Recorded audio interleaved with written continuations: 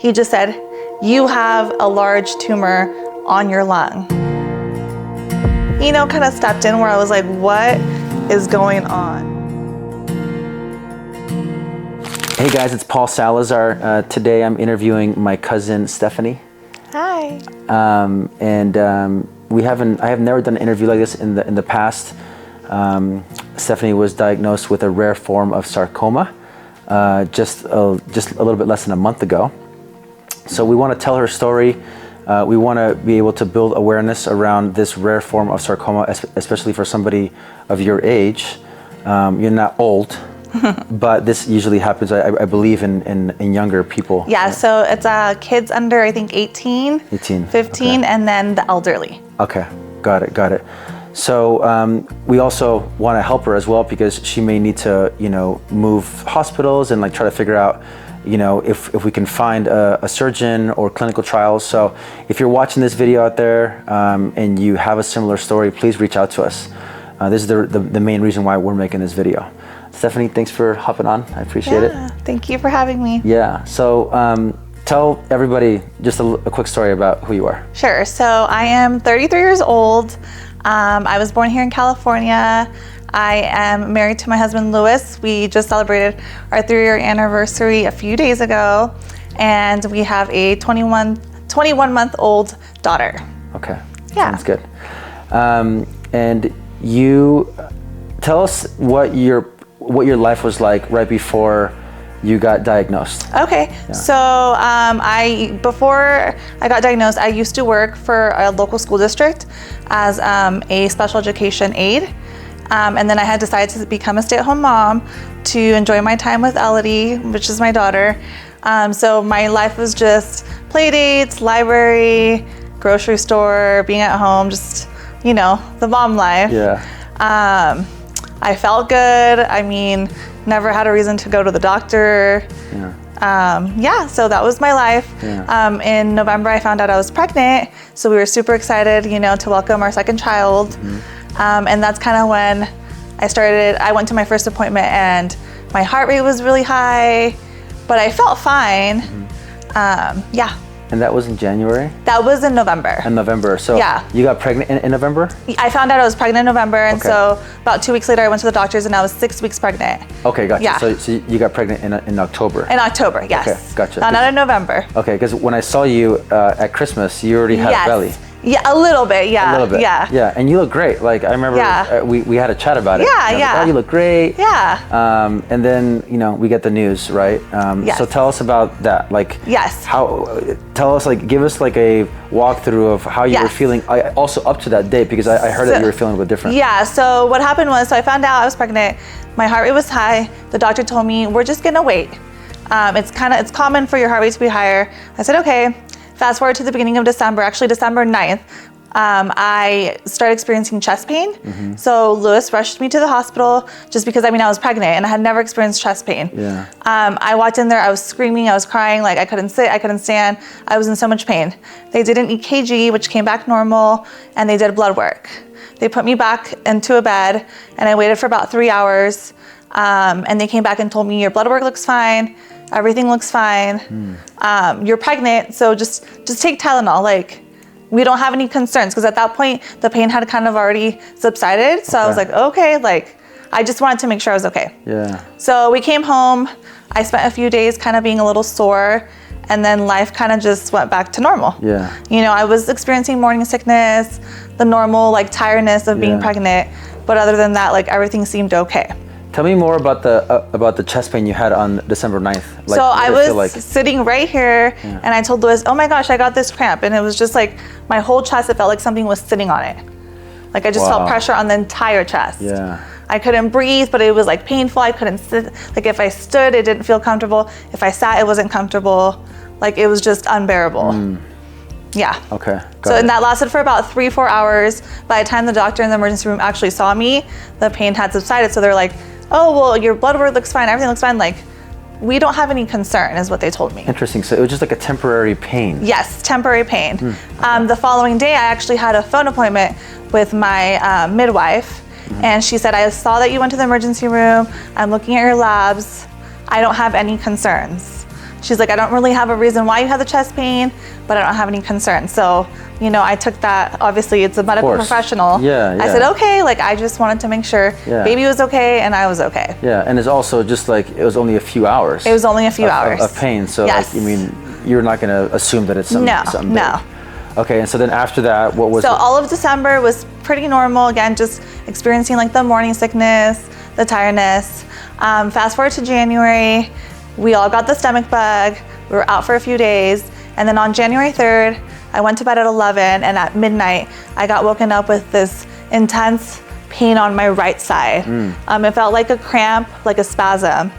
I was like groaning, and so Lewis was like, are you okay? And I was like, just bring me Tylenol, because that's what they had told me, take Tylenol. Yeah. So he brings me the Tylenol, and I spent probably the next 3 hours like pacing back and forth in our room, just trying to breathe. Like, this is on your side? On my side. On your right side? On my right side. And, but this is not the same location at all? So before it was the entire chest, this time it was just the right side.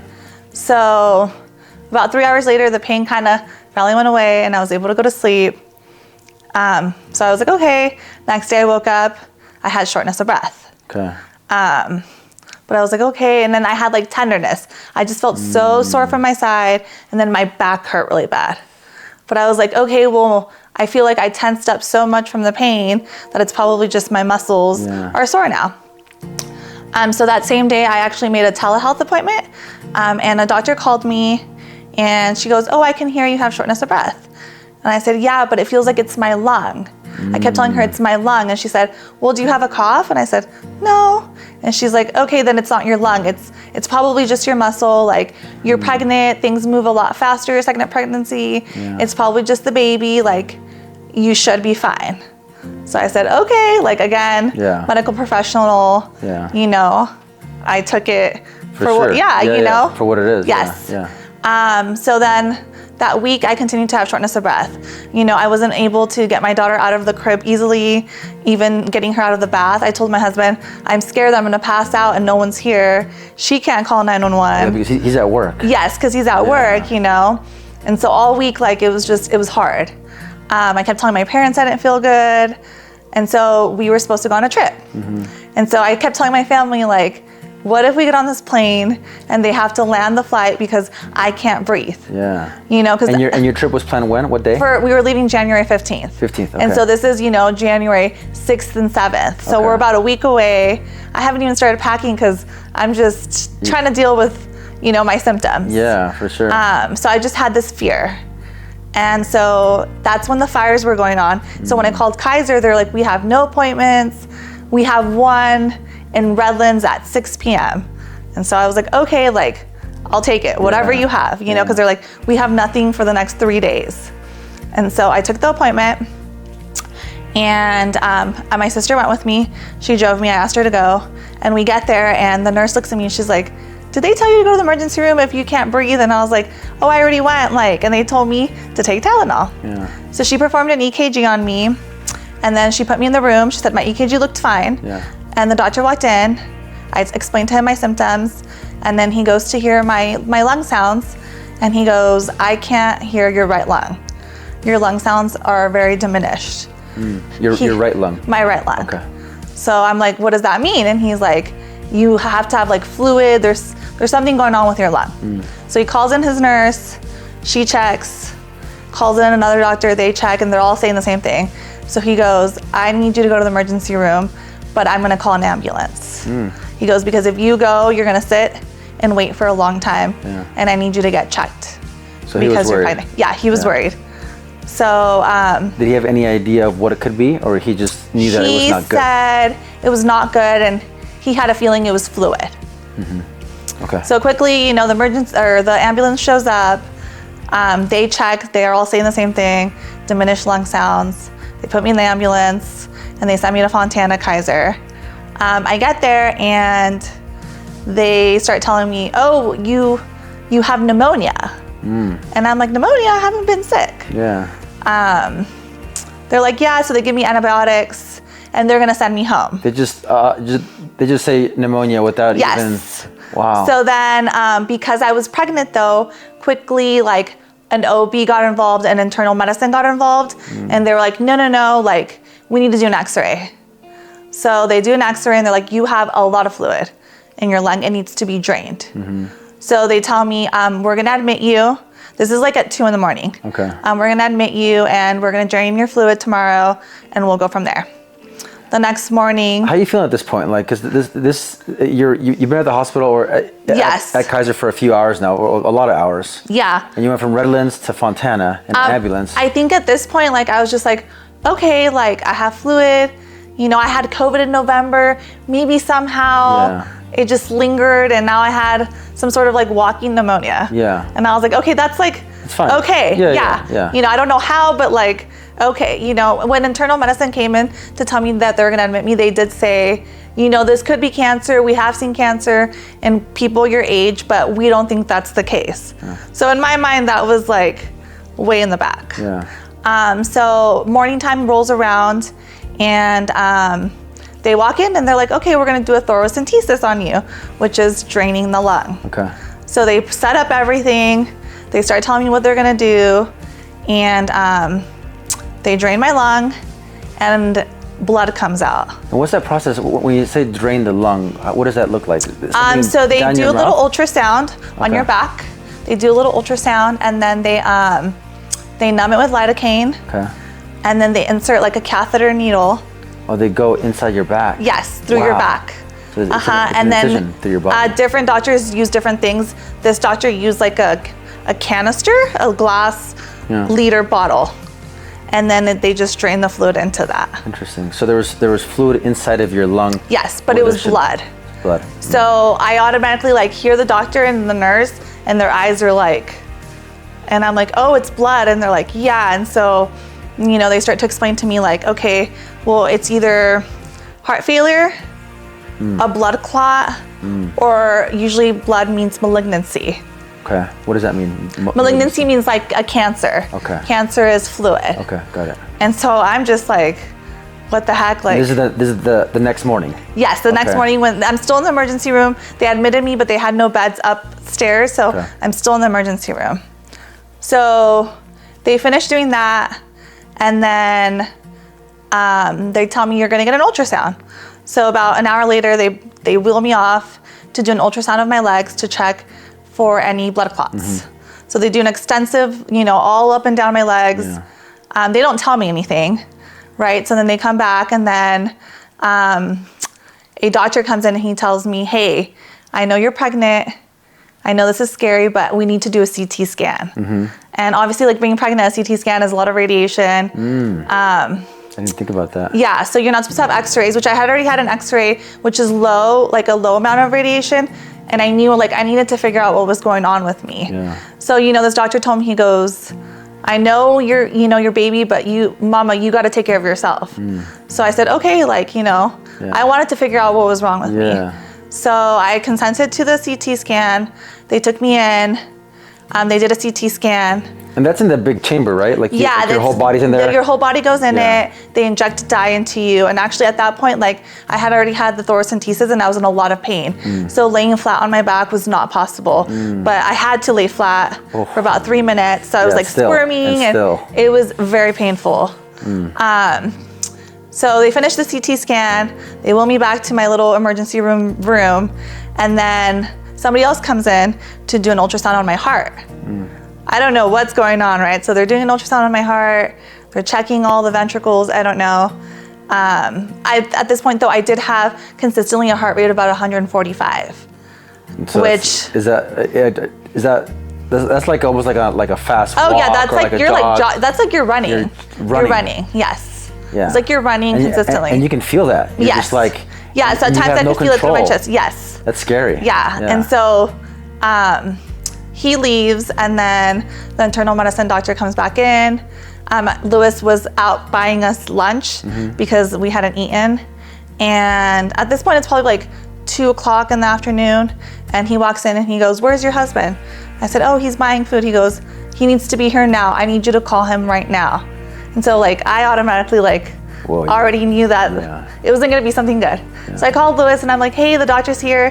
He needs to talk to you. And then like, he just said, you have a large tumor on your lung. He wasn't there. No, Lewis wasn't there. So I was by myself. I had Lewis on the phone, but yeah. So I was just laying in this bed waiting for, my lunch. Yeah. And I just, got told that I had this large tumor on my lung. Wow. What was that like first reaction like for you? Like, did you fear, or was it just like, what the fuck just happened to me? Pretty much. I was like, what in the world is going on? Yeah. Like, I just was having shortness of breath and was being told that like nothing was wrong with me, and so it was a big shock. Yeah.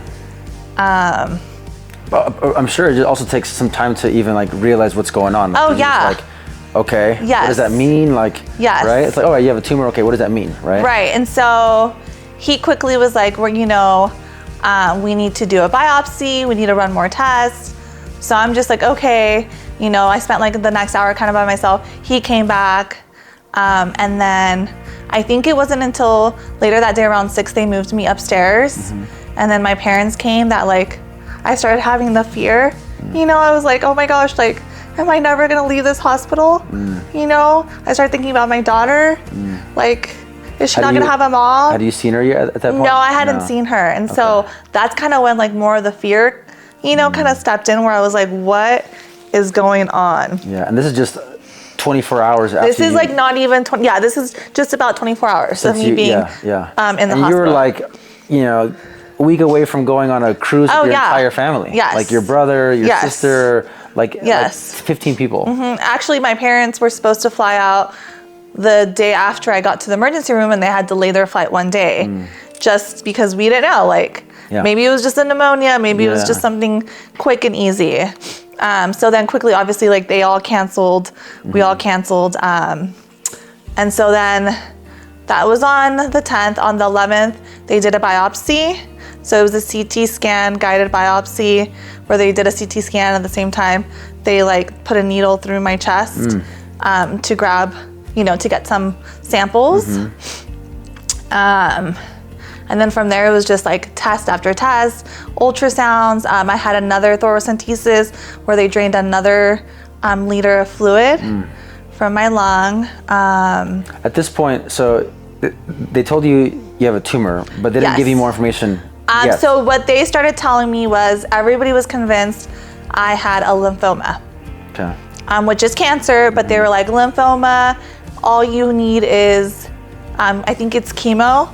They're like, you don't need surgery, you don't need radiation, and it like reacts very well to chemo. Like, so everybody was telling me it's a lymphoma, it's gonna be easy. Yeah. No, you know what I mean? Like, it's easy, an easier but cancer. Yeah. And so that's what they all kept telling me.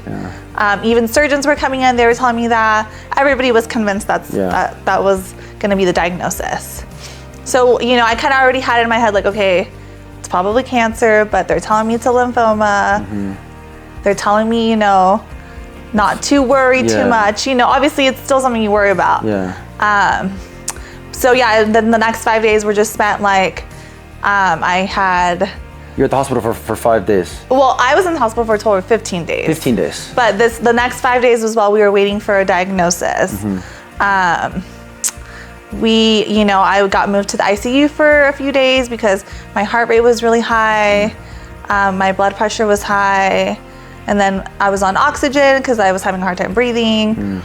I had 2 blood transfusions because my hemoglobin went down.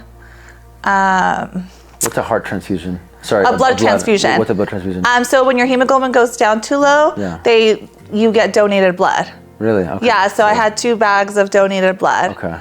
Yeah. And then we also, being in the hospital, we found out that our baby actually tested positive for trisomy 18, which is a genetic disorder that most babies don't make it to birth. And if they do make it to birth, they usually will die within the first few weeks of being alive. So you found that out how many days into being in the hospital? We found that out on actually January 14th, and we were supposed to go on vacation January 15th. So we were like, oh my goodness, we would have received these news anyways, and it would have been so hard to, go on a trip. Of course. Yeah, so we received the news of that, which obviously was also really hard. Yeah, because you're at that point, you're 4 months pregnant? I was 15 weeks pregnant. 15 weeks pregnant. Yeah. Yeah. Yeah.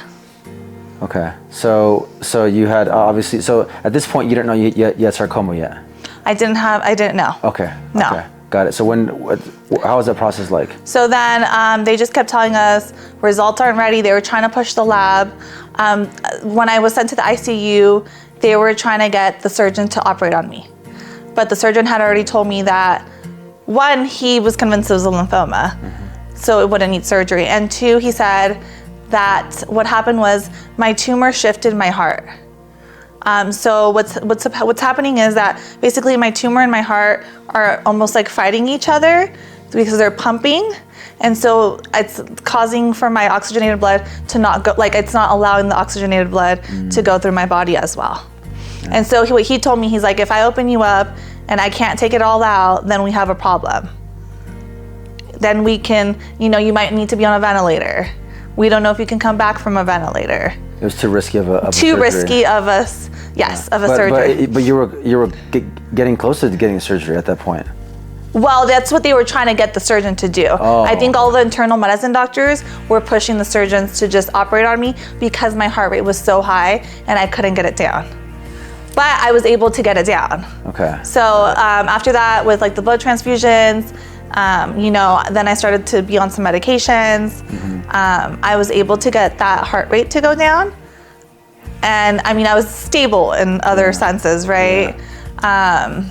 So we spent the next 2 days waiting, and then on January 16th is when we were told that I had a rhabdoid sarcoma. Rhabdoid sarcoma? Yes. Sarcoma, okay. They told me that they didn't know exactly that there's like a gene mutation, and they didn't know that yet. So we needed to wait for that. And then they didn't want to start me on a treatment yet. They were waiting for they were doing like a sarcoma convention within like the local Kaisers. And so they had told me, we're going to present your case and then we're all going to come up with like the best plan for you. So I spent another about 5 days in the hospital. And waiting. It was a lot of days in the hospital. Yeah. At this point though, I became even more stable. I got off the oxygen and then I started moving around more because the first like 8 days I was just kind of in the bed. So I started getting up more, which helped me, moving around, getting up to go to the bathroom. Yeah. And then when you're saying that your heartbeat was because I had pneumonia, COVID pneumonia, and I remember I had to go to the hospital because my heart was racing and I could not control it. Yeah, it is a scary feeling. It is a scary feeling. I felt like I was gonna die. Yeah, but basically, like the whole 2 months I was pregnant before that, my heart rate was always high. Wow. Yeah, and actually currently now, like before I left the hospital, I was pretty good about keeping it under 100. Here at home, I keep it at like 108, 110. So you're monitoring it with the I monitor it with my Apple Watch. Oh, okay. I don't do it all day because that's the thing. Being in the hospital, like I would look at those numbers all day long, it's stressing. and you can't. Yeah, you can't. So I just do it, here and there. If I walk a lot, then I'll check it. So a few days went by, they had that convention, and then they came back with a chemo plan for me. Okay. So that same day I got a PICC line put in. So I have a PICC line on my arm that goes directly through my chest. And what does that mean, a PICC line? So it's an IV, but it's like a secure IV that literally has the whole catheter that goes all the way down. You have it right now? Yeah, I have it right now. Okay. Yeah. And so that stays in there for months, years, however long you do chemo. It's inside your body? So it's mine's not. So that's a port. So mine is like this. So it's an IV, yeah. So they have access to it. Oh, I see. Yeah, for my therapy. Okay. So I got that put in, and then that same night I started my first round of chemo in the hospital. Wow. And that lasted about 4 or 5 hours. So you're from when you got in there until you started chemo is 2 weeks basically. It was about 13 days. 13 yes. days. Mm-hmm. Okay. And so right now, when they told you had this type of sarcoma, what was the prognosis like? Because from hearing from the family, you hear all these stories. Yes. And you go online, you hear all these stories. Yeah. But what were they telling you? So the surgeon was probably the most negative. He told me it's rare, it's not good, it's aggressive. That was day one. as days went on, because they would come see me every day, he kind of softened up a little bit. I think he saw like I'm young. You know, I always had a smile on my face. You're pregnant. I mean, I was not pregnant anymore. no, okay. So then let's talk about that too, because I, mean, I think that's really important. Yeah. Part of your story. Yeah, it is. You know, because you're 15 months pregnant. You had to decide at that moment. I had to decide, which was really hard. But you know, I needed to take care of myself. You know, and I already have my daughter. You know, my husband, and so we just had to do what was best. You know, I was in a lot of pain, and they wouldn't give me anything besides Tylenol. They wouldn't give me anything for anxiety, and so, and then like the chemo couldn't be as strong. Just everything. Not to mention that like my issue is with breathing, and I was only 15 weeks pregnant. Just the thought of like getting bigger and this baby growing, like I wasn't gonna be able to breathe. Was my heart gonna be able to make it? You're also fighting something, and then you're also trying to take care of something else. Right, and so I think that like, especially after hearing that the baby had trisomy 18, it was kind of like a sign for us. You know, like we call him our little angel. Yeah, because if you weren't pregnant, I mean, you had this before you were pregnant, I'm assuming, right? I've tried to ask. I'm assuming I did. I had a very easy pregnancy with my daughter, no problems. And then from the time she was born until the time I got pregnant, I mean, the amount of times I was sick was very little, and it was like your common cold, never like a cough. Even if you look like at my heart rate from October, September, my heart rate was normal. So I don't know if like, because I started growing a baby, it made it grow faster. Yeah, so I don't know how long I had it. That's the hard part too, is that sarcomas are usually found like in the arms, legs. It's a lump that you feel. But mine being in my lung was not something that I was gonna be able to feel. No, never. Or see it. Or see it. The doctors, you know, that's the one thing they would always tell me was, you weren't gonna know about this until your body could no longer overcompensate. And that's what happened. Yeah, because you started getting too sick and you had to go to the hospital. Yes. At that point, it's already really large though. Yes. The size of a small basketball, I heard. That's what they said. So like this big. Yes. Like the size of like a melon, basically. So the surgeon, like I said, was not the most positive. As the days went on, you know, he saw that I was like trying to be really strong, you know, all of that. He became a little softer. And then the oncologist, he said that it's hard to stage this type of cancer. He said it was like a stage 3. It's rare, it's aggressive. That's just what they kept telling us. You know, it's hard, and then not to mention again, because where it's at, it's hard to operate. Yeah.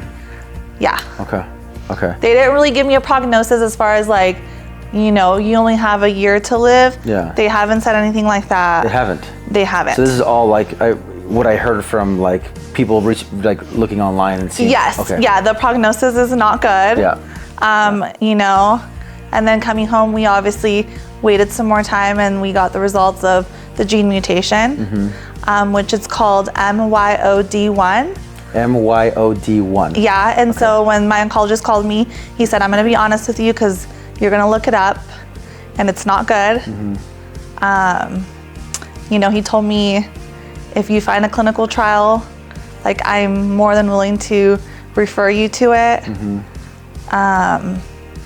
Yeah.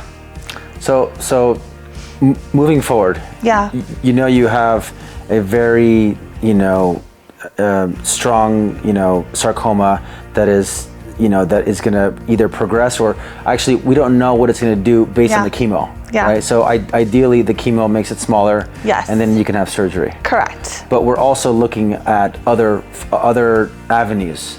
Right? City of Hope. Other hospitals that have maybe more experience with this in adults. Of course. And have you found anything yet? Clinical trials or? No, we have an appointment with City of Hope this week. We are hoping that, you know, maybe they have a stronger treatment. I was told by Kaiser that the chemo regimen that I'm on is for that type of cancer, because like I said from the beginning, they kind of already had an idea. It was a rhabdoid sarcoma and it was aggressive. So they're telling me that the regimen I'm on is what is used for that type of cancer. But we're hoping maybe, I don't know, City of Hope will say they're willing to operate sooner. Maybe they have a different regimen that's even stronger, that might work better. Yeah. Maybe they know of a clinical trial. Yeah. It's hard to find them because, like I said, this cancer is usually seen in kids. And we've done research and we haven't really been able to find one that begins in the lung. Because mine, they did do a CT scan with contrast and they didn't find anything else in my body. So the only place that's at so far, or as of 2 weeks ago, is my lung. Yeah. So it's in front of your lung and next to your heart. I believe so. I personally don't have the courage to see the images yet. Okay. I have some family members that have seen it, but I mean, I'm pretty strong, but I don't think that I could see that yet. Yeah. Okay. So right now, your plan of action is to take the chemo. Yes. You're doing your second round of chemo soon.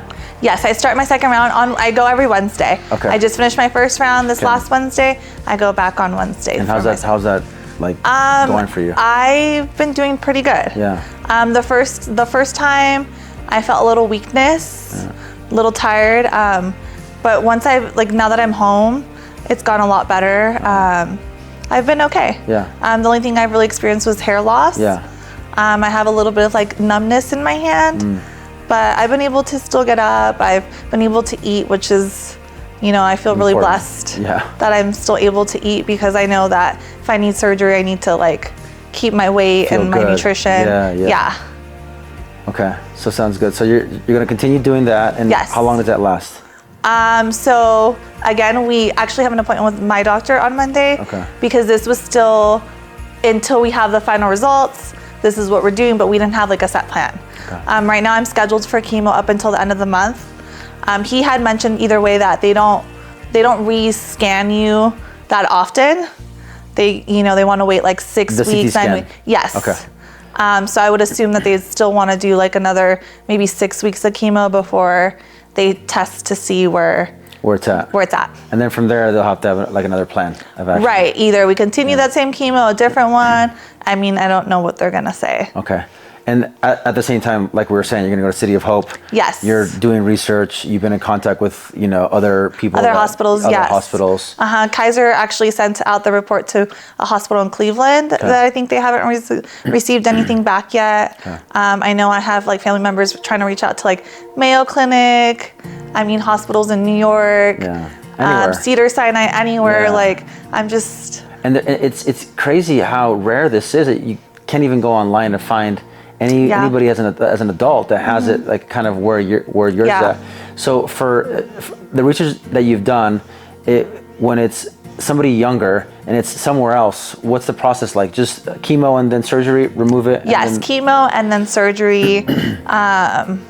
Probably maybe even chemo after if there's still anything left. But what I hear is like they can't leave anything behind. Otherwise it'll grow again. It'll grow again, yeah. Do you have any reason to get this? Like, no.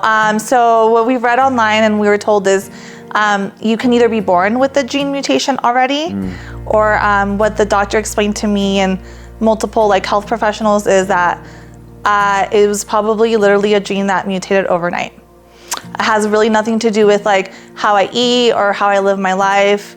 It's just a gene that mutated overnight. That will mutate overnight. Wow. Yeah. And there's no other reason to get it? No. No. Wow. Okay. I think I've read that it could be like environmental too, like, toxins in the air and stuff like that. But it's just a gene that mutates overnight. Yeah. Let's talk about like how you're feeling right now, because what I feel based on, seeing you today and seeing you on Zoom earlier this week and hearing from the family is that your attitude is amazing. Like you are resilient, you're energized, and I love that. Like that gets me. That is so inspiring, Stephanie. Like you have no idea. Like, like if anybody's out there, they're feeling sick or they're in a bad mood. And then I see you. You're just like you have this news, and it's easy for somebody that has the news that you've gotten to just be down and be super sad. Yeah. And you don't. You're not like that. Like, why do you have this feeling? Like, what is it? I mean, obviously, I know you have a kid to live for. You have a husband. You have a whole life ahead of you. You're really young. Yeah. I think for me, from the beginning, I I've always been a super energetic person. That's just always been me. Super positive. My mom would always tell me that I was kind of cold when it came to hard news. I just think that like what I told myself in the hospital is the only thing that I can control is how like my mind is, right? Like I can't control what I have right now. I can't control what's gonna happen, but I can control my mind and like how I see the situation. And so, like I said, like when the doctors would walk in, I was always smiling, you know, happy, strong. And so I just think that like, in order for me to fight this, I need to stay strong. I can't, because if I don't stay strong, that's not gonna help my healing. No. And that doesn't mean that I don't cry. You know, I do break down and I start to think of like the things you said, you know, my daughter, most importantly, my husband, my family. I'm still so young, like there's so much I wanna do. Like even now, like I tell my husband that like, you know, I just wanna tell my story. I wanna like share everything that I've gone through in not even a month. And I want to like go visit the kids that have this, you know, kids that have sarcomas and cancer and like, you know, have such a rare disease that just takes over your whole body. But I just think, like, you know, I've also been super into like, you know, reading devotionals and, you know, I believe in the power of prayer. And I just think like at the end of the day. Are you religious? You know, I grew up Catholic, but I have to say that the last 10 years, I don't really attend church anymore. But, you know, obviously this has brought me to a place where I need that. And ever since I've been in the hospital, like, I think that's what gives me peace too, is I try to talk to God every day. And I think that He gives me peace because every day I'm able to go to sleep and I'm not anxious. I'm relaxed. I'm not taking any medications anymore for anxiety or sleep. And, you know, I'm able to just like sleep and rest and wake up happy to be alive, happy to see another day. And I'm just super hopeful. Like, you know, I've seen miracles out there. For sure. I'm shocked that you didn't even have any like a lot of time to even process it, and to have this kind of conviction of just like, I got this.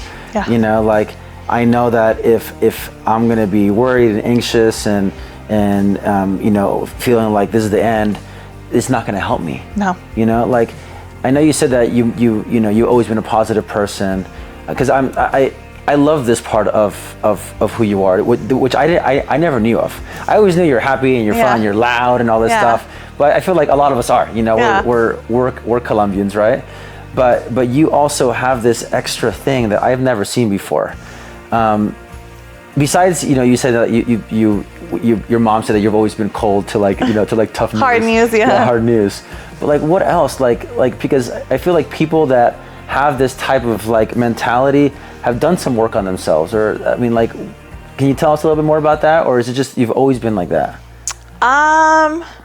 I think maybe like in my young adult years, I experienced some stuff like, you know, bad relationships that made me feel like life was over, but I overcame that. And so I've just, you know, I feel like you just always have to be strong, you know, like you're going to get out of that. And so being depressed or being sad just kind of makes it worse. It's not going to help the situation. It's not going to help the situation. And so I think that like that just pushed me with the situation where I was like, I need to be strong. I can't let my mind go weak because my whole body is just gonna think, okay, well, and the mind is powerful. We could just give up. The mind is powerful. And so I'm just not allowing that to happen. Did you learn that from anybody? Like, because like I know your mom and your dad. And I love them, but I don't know if they have that with, you know, like you, this is like you're like, when I see you and I see this like strong mental power that you have, that is rare, you know? I don't even know where it came from. I think like a few days into the hospital, I just started telling, you know, my husband, Louis, like, I have to go home, like my baby, like, you know, like I just kept telling him like, you know, she needs a mom and she's so little. And I think that's what's really kept me so strong is like, I just want to be there for her.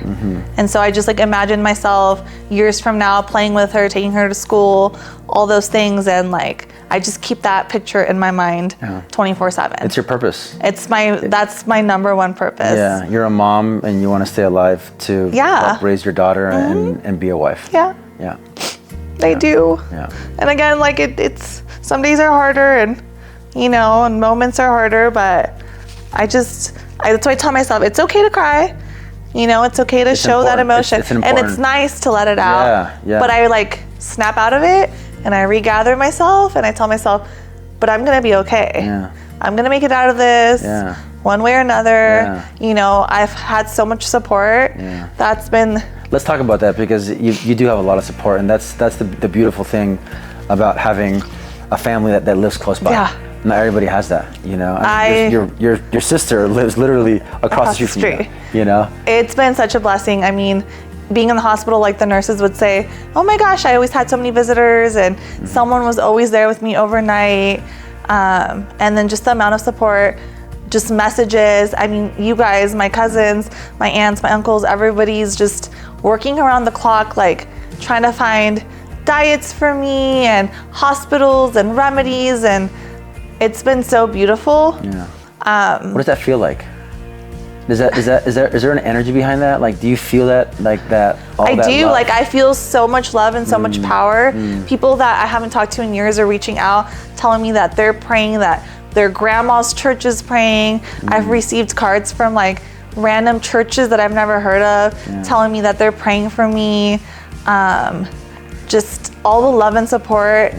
It like makes my heart. I don't even know how to explain it. It just. Well, and your heart is your energy center. Yeah. It's your heart chakra, and when your heart is open and you get all this love, you get more energy to fight whatever you're trying to fight right now, which is amazing. Yeah, I tell my husband every day, like, there's so many people praying for me, like, like I feel the love of the prayers, the messages, like, I don't even think I didn't know I knew so many people. Yeah. Like the amount of people just reaching out, telling me that, they're reading my story, they can't believe it, what can they do to help me? Yeah. It's pretty amazing to see. Yeah, I mean, the support. When my mom told me about your diagnosis, I think I remember I was driving to see my brother Louis in downtown LA, and she told me, and I was bawling. I was just like, I couldn't believe that this had happened to you, because I just saw you over Christmas. It was 2 weeks before that. And I was like, oh, you look great. You're pregnant. Oh my gosh, so excited for you. You have you have a great family. Luis is awesome, and I was so happy for you. And then all of a sudden, like you have this insane, cancer, and it's not good. I was just like, whoa. It just hit me like a ton of bricks, and and we were never close. You're obviously much younger than I am.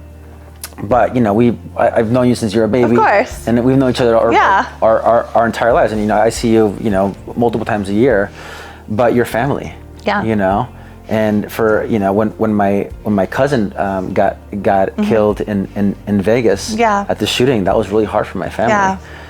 We've been really blessed, I think, on both sides of my family, on my dad's side and my mom's side, that we haven't had a lot of tragedy in our family. And I would say this is not tragedy. But it is a tragic event so far. But it's not tragedy right now. Like you were gonna fight this. And you have the energy and you're positive. So I love that about you. So thanks for inspiring not only me but the entire family, because it really is inspiring. And like what your brother said, like on the Zoom call. He said, like we got to take something out of this for ourselves. Like, what can we learn from your story? Like, what I can learn from your story is that it's just right here. And I've always known that, but I've worked on myself here mentally for a long time. Reading books and all this stuff. So that's why I was really curious about you, how you had such a strong mind. It's amazing that you have that. Maybe God just said, hey, this is going to happen to you, so I'm going to give you this strong mind. Because I know that you're going to need it in order to fight this thing. I'm a firm believer, even since I was younger, like when I went through all that relationship drama that I was saying earlier, that I feel like made me stronger, I would always tell myself that God only puts you in situations that he knows that you can handle. I like that. And this is a really tough situation, not one I want to be in, but you know, he's trying, like you said, he's trying to teach all of us something. And I just hope we can all learn from this. Yeah, for sure. Well, we're gonna, we also started a GoFundMe. Yes. For you. Well, not me, but your sister did. So we'll drop a QR code. Okay. So if you guys can scan the QR code and help out, because because you have Kaiser insurance. Yes. If you do get transferred over to a different hospital, you're probably not covered. Right. Okay. So at that point, it's gonna be out-of-pocket expense. Correct. Okay. All right. And really, we're just trying to raise awareness. If anybody has had a case like this, if you know someone, a doctor, anything. A clinical trial, anything, a hospital, please let us know. Yes, that's Yeah. I'll leave. We'll leave your email down below so they can reach out to you. Any last words about what you're going through? Like, how you feeling? I mean, I guess we talked about how you're feeling. Like, you're feeling good, feeling confident. You're gonna fight this. Obviously, you have moments of sadness and you cry. You let that energy out. Anything else that you want to tell people about your story? I just think that you have to be strong in these circumstances. I think that when you get a diagnosis like this, what I've been telling my family too is, I don't care what the doctors tell me, like, I'm gonna keep my faith. I don't care if they tell me, like, go home because it's incurable and we can't do anything about it. Like, I'm gonna stay strong. I'm gonna stay strong because I've seen miracles out there, and that that could be me. 100%. That could be 100%. me. Yeah. And with the right attitude, it will be you. All right. Thank you, Stephanie. Thank you. I appreciate it. Love you. Love you too. All right.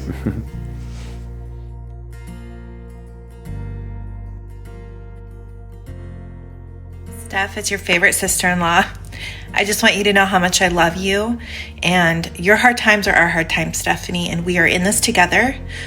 Please, even in the hard times, come back to that strong spirit that you have, that positivity, the smiles, the laughters, the joking. Always remember to have the faith and the courage to keep persevering, because I know that you can fight this. I know that God is going to give you the cure that you need to heal you, Stephanie. Stay strong, stay hopeful, and we will too. We'll be right by your side. I love you. Hey FedEx, it's me, it's your brother. I just want to start off by telling you that I love you, and yes, I do, I love you. Sister, you are an amazing person. You're an amazing sister, you're an amazing friend, an amazing daughter, amazing mother, you're an amazing wife. Overall, you're just an amazing person. Your braveness and your will to live are unspeakable, Stephanie, and just know that you alone, for me personally, you've saved my life. Through you I live now. Because of you, I see true life. And I just want to tell you that I love you. I'm here, we're here, and we're gonna do this. Love you, sister. Many kisses for you. I love you. Hi, Steph. We hope you're feeling better. We love you. Hi.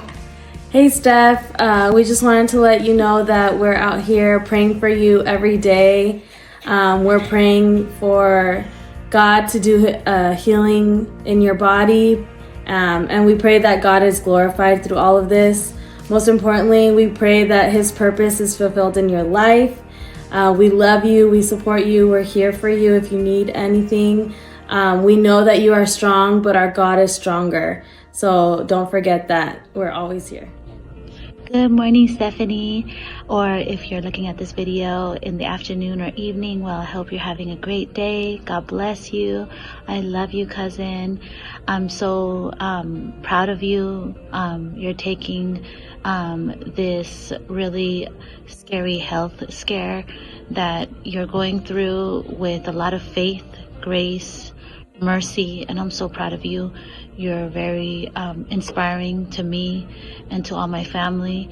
I love you so much, and I just want you to know that I'm praying for you every day, constantly. Whenever I think about you all day long, I'm praying for you, and I know that prayer works. I wanted to share these Bible verses with you. Jeremías 17:7-8. Bendito el hombre que confía en el Señor y pone su confianza en Él. Será como un árbol plantado junto al agua, que extiende sus raíces hacia la corriente. no teme que llegue el calor y sus hojas están siempre verdes. En época de sequía no se angustia y nunca deja de dar fruto. Entonces yo estoy bien orgullosa de ti, sé que amas al Señor, amas a nuestro Padre y a Jesucristo, y le pido a Jesucristo que te sane con la sangre y las rayas que Él puso en la cruz por nosotros, y te sane completamente, que la quimioterapia sirve perfectamente para achicar lo que tienes, y que guíe los doctores con su Espíritu Santo para que puedan hacer esa cirugía cuando ya sea el tiempo, y que todo sea exitoso y ya seas libre de cáncer. Tú eres libre de cáncer. Sí, Stephanie, tú vas a ser libre de cáncer en el nombre poderoso de Jesús. Amén. Lo declaramos, lo recibimos, y vas a estar sana, y te estás sanando, y todo que sea para la gloria de Dios. Otro verso hermoso es: el Señor ha escuchado mis ruegos, el Señor ha tomado en cuenta mi oración. Salmo 6:9. ¿Cómo que si puedo? Para el que cree todo es posible. Marcos 9:23. Entonces yo sé que tú ya estás siendo testimonio, y vas a ser más un testimonio con tu recuperación. Te amo, te queremos mucho, y estamos contigo. Espero verte cuando yo vaya a visitar en California.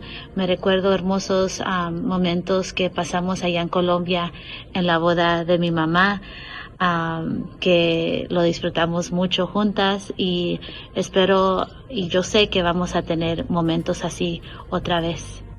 Te amo, Stephanie. Love you, prima. God bless you. Abrazos, saludos a tu esposo y a tu niña preciosa. We love you, Sia, and we hope you get better because we're all praying for you. I love you too, Stephanie. Hope you feel better. Nuestra amada Stephanie, estamos acá reunidas con mi mamá también para desearte lo mejor. Dios nos va a hacer el milagro, y estamos muy unidos contigo en esa oración de fe, de que el Señor está escuchando tus oraciones también. Te admiramos por tu fortaleza, tu valentía. Nos estás dando un gran ejemplo, nena, y te queremos muchísimo, muchísimo. Y estás siempre acá presente, acá en nuestro corazón, y todos los días. Y acá con mi mamá también, que te quiere decir unas palabras, y sabes que te acompañamos en cada momento, y aquí estamos para lo que nos necesites. Stephanie, muñeca preciosa, Dios siga bendiciendo tu vida, y yo sé que vamos a salir de este mal trago, pero confianza en Dios. Dios te ama y nosotros te amamos más, y vamos a salir adelante. Un día vamos a cantar victoria muy pronto, ¿ok? Dios te bendiga, te amo, te quiero mucho. Okay, bye. Hey, Sia, we just wanted to say that we love you in infinity. Stay strong and keep fighting, as God has a plan for you and He will guide you through your journey. We love you so much. Bye. Love you, Stephanie. We're here for you, praying for you every single day. We love you, Stephanie. We're gonna fight hard this tumor. We're gonna claim victory. I love you, mamita. Tú sabes que yo doy mi vida por la tuya. Y así va a ser. Amén. Stephanie, we love you. Continue to be brave. We are with you. I love you, sis. You're not alone, okay? We're all fighting with you. Te quiero mucho, hija. Vamos a luchar hasta el final para que tú estés bien, ¿ok, mi amor? I love you. Stephanie, I love you. I want you to know you're already healed. Right now, you are healed. I love you. I love you, cousin. You're my hero, and you have inspired us all. Te quiero, Stephanie. Estamos aquí para ti. We love you, Steph. You're in our prayers every single day. I love you, Stephanie. I hope you feel better. We love you, Steph. You're so strong, and we're in this with you. I love you, Stephanie. I know we're going to be able to get through this, and we're all here for you. Your positivity is inspiring, and we are here with you fighting together. We love y'all. I love you, Thea. I know miracles gonna happen. I have faith in you. You're such a strong woman. Love you, Stephanie. Hope you feel better soon. Stephanie, esta familia te ama, Jesús te ama y Jesús te va a sanar. Stephanie, if there's one thing I'm sure of is that God has a bigger plan than we can understand. And we're in this with you. We love you.